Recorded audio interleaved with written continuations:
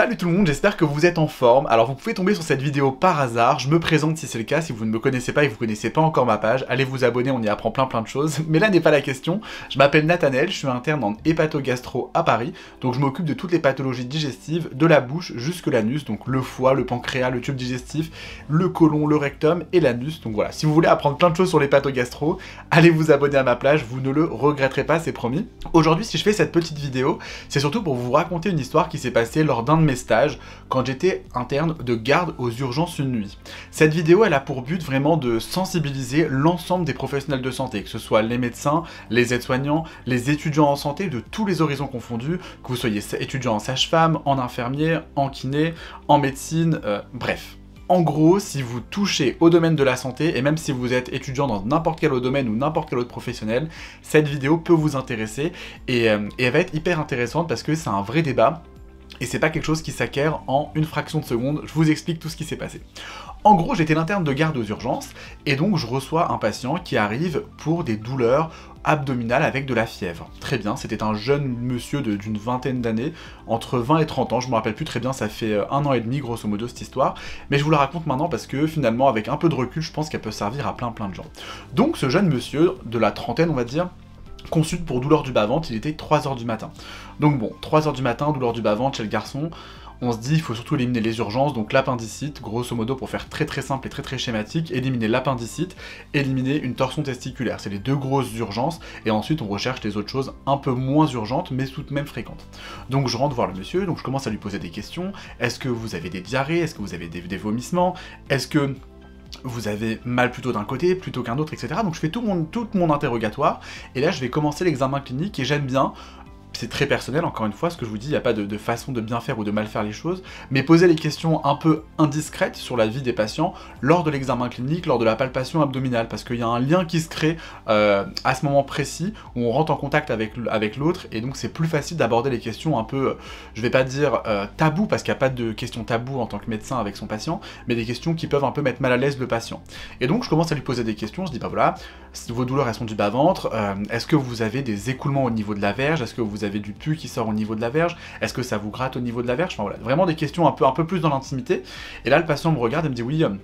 en effet, j'ai un peu d'écoulement au niveau de la verge, c'est un peu blanchâtre, ça me fait mal même quand je fais pipi, donc très probablement une urétrite. Voilà, rien qu'à l'interrogatoire. Donc bref, je vous passe les détails, j'examine sa verge, etc. Et il s'avère qu'effectivement, il y avait une urétrite clinique. Donc je lui explique qu'il va falloir faire des prélèvements au niveau de cet écoulement-là, l'envoyer au laboratoire, et qu'en attendant les résultats, on allait le mettre sous antibiotiques et que les choses allaient rentrer dans l'ordre. Voilà, pour l'histoire d'un point de vue médical pur.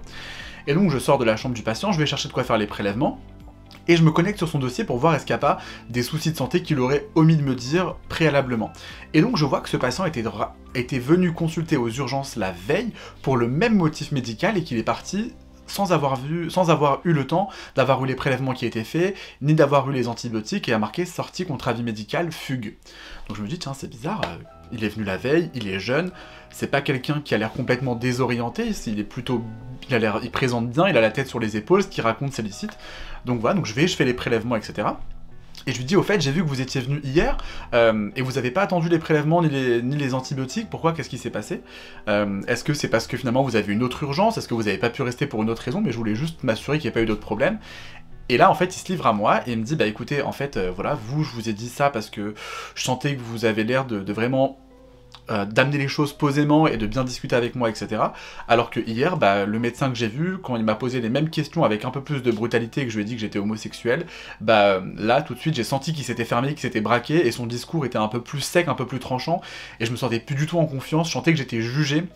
par rapport à mon orientation sexuelle, donc voilà, donc c'est pour ça que j'ai décidé de partir, j'étais pas du tout à l'aise, ça m'a complètement refroidi, et je me sentais limite pas en sécurité, et j'ai préféré partir.